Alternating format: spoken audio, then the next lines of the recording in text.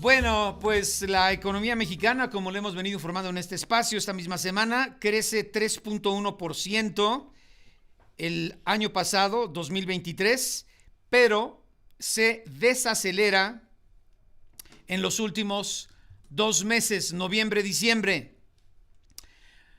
Vamos a platicar con nuestros expertos analistas, como desde hace muchos años en este espacio. Y saludo, creo que van a estar ahí también, los voy a ver. Saludo a Ernesto Farril. A ver, no veo todavía a nadie ahí en la pantalla. Ah, ya están tres. Ah, no, cuatro. Bueno, Ernesto Farril, buen día, Ernesto. No tiene su micrófono prendido. Bueno, Luis Miguel González, mi querido Luis Miguel, ¿estás ahí? Sí, hola, muy buen día. Luis Miguel, sí. Carlos Alberto Martínez también, a ver si ¿Qué estás tal? bien. Muy buenos días, Oscar Mario. Buenos días a la mesa y al auditorio. Paco Gutiérrez no lo veo. Buenos días, Oscar Mario, aquí Ah, bueno, estamos. vía telefónica. Bueno, decía, la economía mexicana crece 3.1%, pero se desacelera al final del año. De acuerdo con analistas, esta desaceleración de la actividad económica en los últimos 2 meses del año pasado pone presión sobre el Banco Central para que recorte la tasa de interés. A ver, Paco Gutiérrez, rápido, una reflexión para que vayamos con todos. Cómo no, con todo gusto, Oscar Mario. Pues mira, efectivamente, la economía mexicana tuvo un relativamente buen crecimiento en el 2023, 3.1%, como ya nos informabas. Sin embargo, se nota en el último trimestre una desaceleración en el Producto Interno Bruto.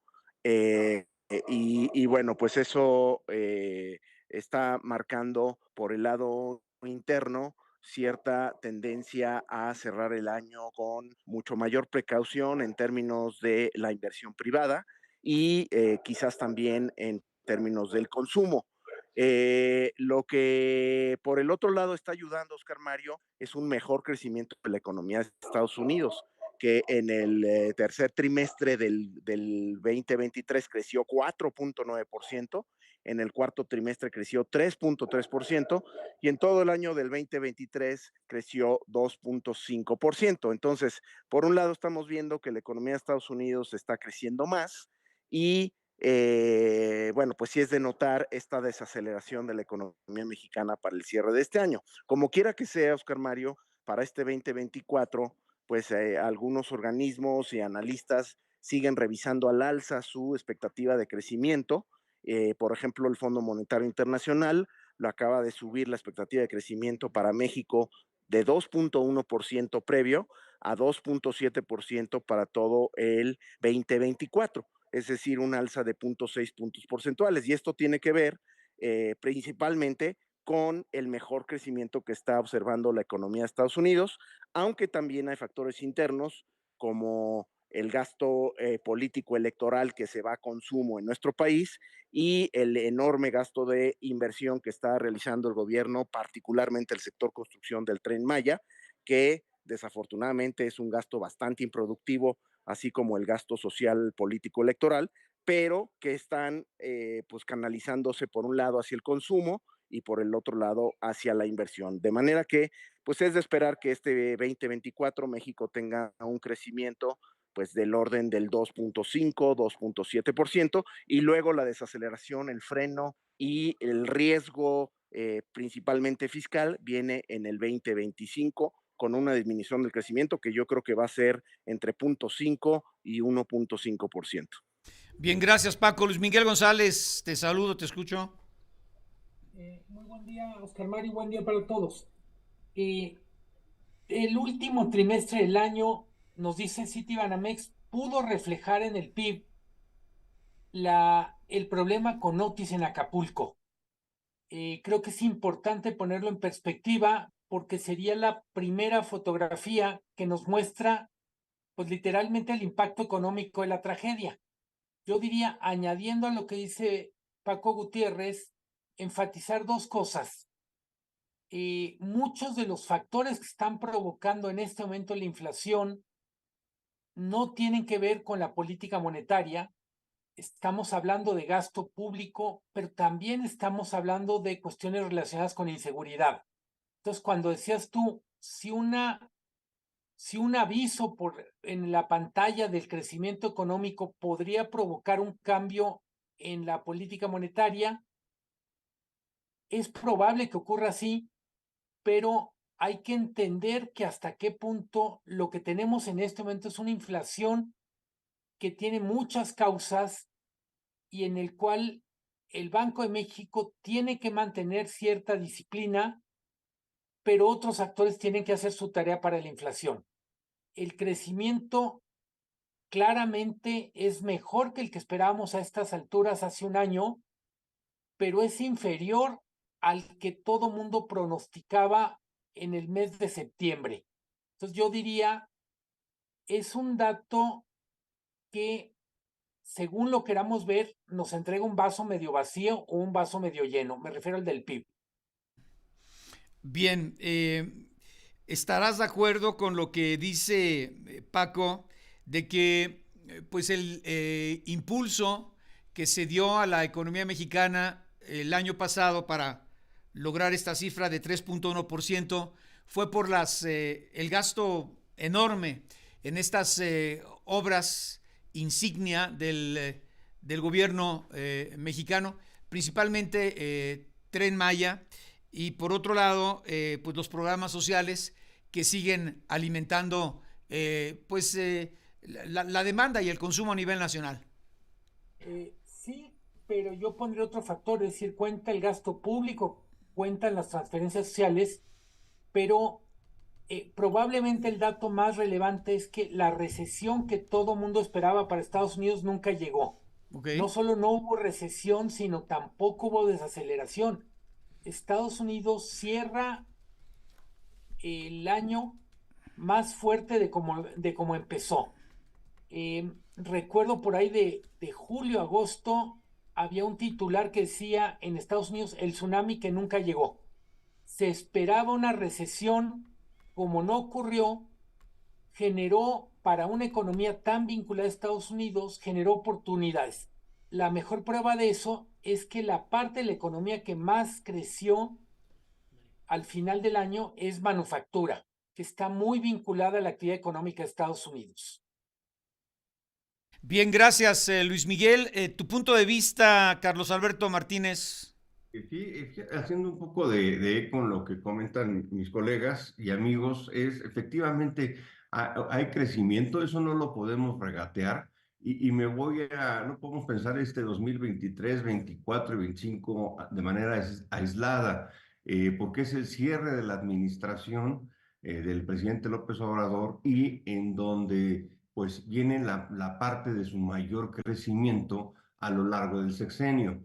Entonces, pese a las vicisitudes que se hubo en la pandemia, que es histórica, la última fue hace 100 años, una inflación muy alta que no se había visto en 40 años y un cambio de régimen y de modelo económico de desarrollo de una economía muy abierta a una economía con mayor presencia del Estado. Estos tres factores, cambio de modelo económico, pandemia y inflación muy alta, no vista en los últimos 40 años, son situaciones que de alguna manera son adversas para fomentar el crecimiento en lo inmediato.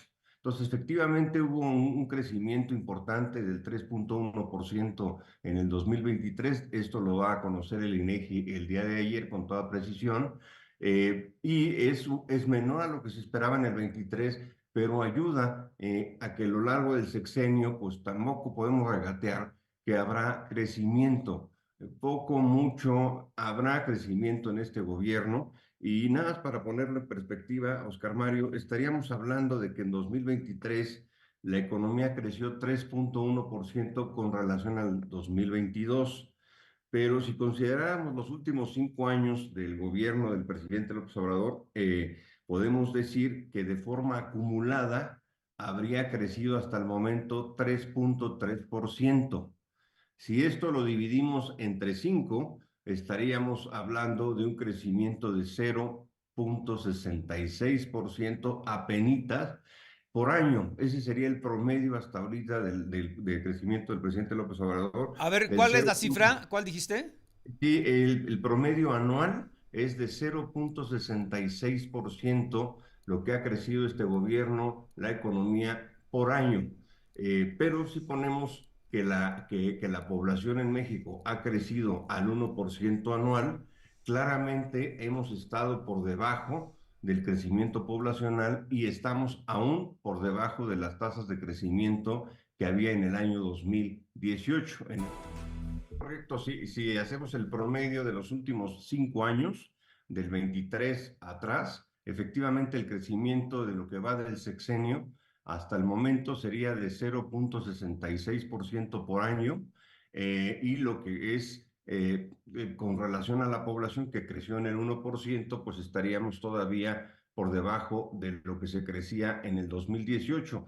Pero es importante decir, como se quiera ver, ¿verdad? Evidentemente es un crecimiento pues muy bajo, sin lugar a dudas, muy por debajo del 2,5% que se crecía, que se creció más o menos en promedio en los últimos 30 años, pero sí hay que entender que hay que darle reconocimiento al gobierno en el sentido de que este gobierno no ha provocado crisis económicas como sí se provocaron en sexenios anteriores. Basta recordar el sexenio del presidente Miguel de la Madrid, 1982-87. Durante el sexenio hubo 3 crisis provocadas fundamentalmente por el gobierno. Y aquí, pues, lo que ha habido fueron situaciones, digamos, atípicas, una pandemia que no se había dado en 100 años, la inflación que no habíamos visto en 40 años y un muy fuerte cambio en las políticas económicas de gobierno, que buenas o malas, son un cambio importante y esto genera cambios de regulaciones, cambios de criterios económicos, énfasis en unas cosas y en otras no. Entonces, estos 3 factores yo creo que explican la tasa de crecimiento que tenemos en México, que sí es baja, pero hasta el momento pues hay crecimiento pese a estas vicisitudes de 0,66% anual. Bueno, ahora también hay que tomar en cuenta, hablando de, pues este elemento, siempre digo variable consentida de política monetaria, pero pues prácticamente es la única para contener la inflación, que es aumentar las tasas de interés. El Banco Central, bueno, el Banco de México, empezó a elevar la tasa antes de que la Fed lo hiciera en Estados Unidos y la ha sostenido considerablemente más alta desde el 2021. De hecho, el diferencial sigue estando más o menos 6 puntos y cachito, y esto es lo que ha provocado, entre otras cosas, la revaluación tan importante que ha tenido nuestra moneda frente a la divisa norteamericana, como nunca, bueno, no como nunca, como hace mucho no se veía, incluso por debajo de los 17 pesos, hoy ha de estar como en 17, 20 por ahí, y también pues el número de dólares que se envían a territorio mexicano, bueno, que se cambian de dólares a pesos, y que el año pasado llegaron las remesas que al 62,000, 63,000 millones, ¿no? Por ahí, por ahí. Sí, Sí, histórico, ¿no? 60 y tantos mil 60 y millones de tantos dólares. mil. Bueno, ¿qué tanto se puede mantener el precio, el peso mexicano tan fuerte con respecto a la divisa norteamericana? Pues sí, mira, yo creo que mientras esté en nivel de reservas, Las bueno, sí, reservas están arriba de 200,000, ¿no? Todavía, sí, ¿no? están arriba las Sí, reservas, arriba de 200,000 millones de sí, dólares, sí, es sí. una acumulación impresionante, más 66,000 millones de dólares anuales de remesas, Ujú, más el comercio exterior, más el turismo, más el petróleo, pues sí. efectivamente en México está entrando una cantidad espectacular de dólares año con año, y eso desde luego ayuda a la paridad del peso en cuanto a la fortaleza Ujú. del peso. En esto hay ganadores y perdedores, pero vamos, permite que el peso se mantenga fuerte y eso de alguna manera también ayuda al control de precios, a que los precios estén bajos, toda vez que los bienes importados pues vienen más baratos, ¿no? Ujú. Bueno, ¿y hasta dónde ves tú esto? Bueno, yo creo que el año que entra va a haber un poquito de convulsión, perdón, este año un poquito de convulsión por el tema electoral. Ya lo platicábamos, más de la mitad del planeta estará en elecciones, pero particularmente Estados Unidos y México. Entonces yo creo que este año va a haber un poquito de movimiento en el tipo de cambio. Yo lo estaría pensando alrededor de 18, 50, 19 pesos al final de este año. de este año y de la administración. Bueno, en fin, gracias, Carlos Alberto. Ernesto Farril, te escucho. Claro que sí. Bueno, añado a lo que han comentado mis compañeros, que a mí me parece que el dato que publicó ayer INEGI va a revisarse al alza. O sea, hay que recordar que este es un dato preliminar. ¿Okay? Las cifras que conocemos oficiales son... ¿De qué hablas? octubre. ¿De qué hablas? ¿De qué estás Sí. hablando? La cifra del PIB Del PIB, ok. al cuarto trimestre que se presentó Sí, ayer sí. y que nos dio a su vez una idea de cuánto pudo haber sido el crecimiento de todo el año, es demasiado baja. Déjame darte los números. Conocemos el IGAE de octubre, 3,5% de crecimiento. Después se publicó el IGAE de noviembre, 2,7%. Por regla de 3, para que la economía haya crecido, lo que dice el INEGI en su cifra preliminar del PIB de todo el trimestre, 3,1, implicaría que diciembre solo crecimos 1%. Los números no dan. No. O sea, el mismo INEGI había hecho un cálculo, una estimación preliminar del IGAE o cifra oportuna del IGAE de diciembre con un crecimiento del 2,6. Con nuestros indicadores oportunos de bursamétrica, el IBAM y el IBEM, nosotros vemos que diciembre pudo haber crecido entre el 2,5 al 3, pero no el 1%. Entonces, a nosotros nos parece que la cifra definitiva que se va a conocer por ahí del 24 de febrero, si la memoria no me falla, pues va a ser una revisión al alza.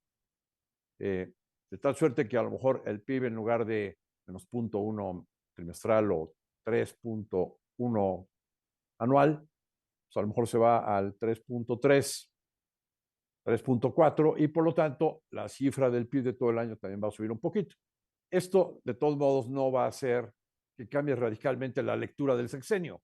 Sí es un hecho que este sexenio es un sexenio perdido, que sí fue un golpe durísimo la pandemia, pero pues a diferencia de otros países que han remontado muy por arriba de la actividad económica que se tenía antes de la pandemia, nosotros apenas estamos alcanzando un nivel similar al que se tenía en cuanto a actividad económica al nivel previo de la pandemia. Después de, ¿cuánto tenemos ya para llegar a las conclusiones, Inge? Tenemos 3 minutos. ¿Cuál sería la conclusión de todos ustedes para el estado de la y la economía, crecimiento y las principales variables para este año 2024? A ver, comienzo contigo, Ernesto, y después ya voy con los demás. 3 minutos para todos, rapidísimo, por favor. Bien, sí, estamos estimando un crecimiento del 2,2 para este año, asumiendo que para México, asumiendo que va a haber una fase de incertidumbre con el resultado electoral y eso pues, le va a pegar a la actividad económica. Porque la economía sí podría crecer más. En cuanto a tipo de cambio, vemos un tipo de cambio con este mismo escenario, muy presionado hacia el mes de junio, julio, quizás 20, 21 pesos por dólar. Y coincido con Carlos Alberto, podría regresar a los 18 pesos por dólar. Inflación y tasa de interés, rápido, inflación y tasa de interés. En cuanto a inflación, sí vemos una inflación arriba del 4% este año en México y vemos que la tasa de interés podría estar bajando en la segunda mitad del año a un nivel de hasta 10.50. Bien, gracias Ernesto. Luis Miguel González, por favor, rapidísimo. Veo 2022, coincido, 24.